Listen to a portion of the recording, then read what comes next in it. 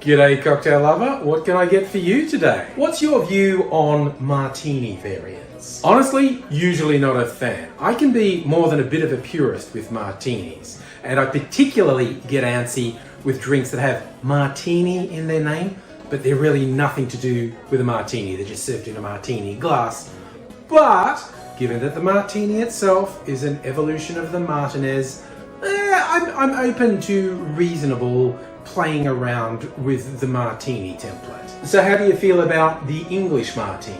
That's an interesting one. It's definitely a much sweeter drink because you're substituting elderflower liqueur in place of vermouth. So it actually does fall under not really a martini, but it's closer than a lot of them actually are. So will you make me one? I tell you what, it's a big week for the English, so I'll give it a pass. I will make you an English Martini. What's so big for England this week? To start with, it's England's National Day this week, St. George's Day. Is that like their 4th of July? Ooh, I think I can actually hear every eye in England collectively rolling at that suggestion. So, not really? No, not really.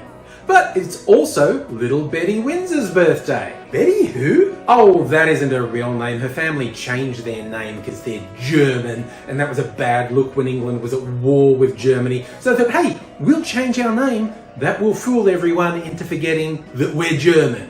And it apparently worked. Her real name's, I don't know, Kabootelschnitzer, Schickelgruber, Hitler, something like that. Do you mean the Queen? Yes, that person who thinks God has decreed that they're so much better than everyone else, they deserve to inherit massive wealth and privilege. Do you think she drinks an English martini? I think she has an intravenous drip filled with gin, mixed with baby blood, probably. Is that it for notable England events this week? There is also a much less contentious birthday. It's the anniversary of the birth of William Shakespeare, arguably the greatest wordsmith in the history of the English language. That is a pretty big week. Okay, English Martini it is there. First, we're going to strip the leaves from a sprig of rosemary, drop them in the bottom of a shaker glass and muddle them. At the end of the drink, when I pour the cocktail, I'm going to do something additional with the rosemary leaves as well, which I think is going to be quite fitting for the whole English thing. The next up is the gin. Because the elderflower is going to make the drink much sweeter, I strongly recommend anyone making this at home uses a very dry gin. I'm using this Navy strength gin from the Never Never distillery they call Juniper Freak. I'm guessing that's very juniper forward? It sure is, and we are going to add 2 ounces or 60 mils of gin to our shaker.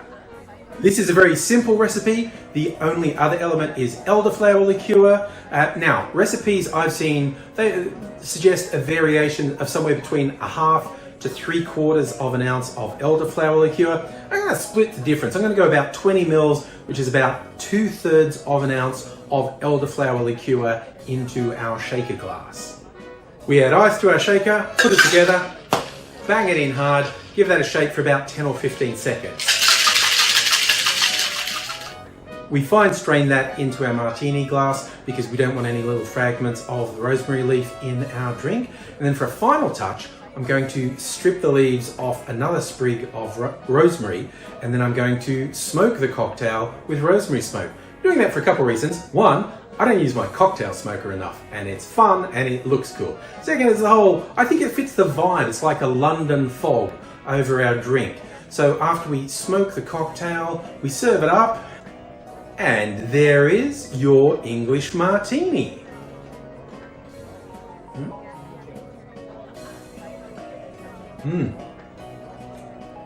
Ooh, I like that. I see why you say it's not really a martini. It's a lot sweeter than any martini I've ever had. But the herbal stuff, that really helps as well.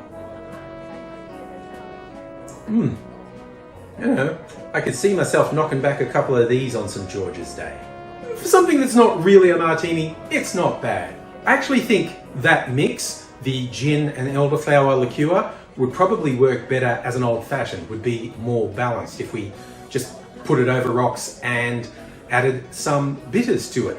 That would be a bit more balanced than that drink there. Or for that matter, maybe a sour. Add some citrus juice and shake it up. Hey, maybe if you come back and visit me another day, I'll make all three and do them side by side. But for now, happy St. George's Day, England, and enjoy your English Martini.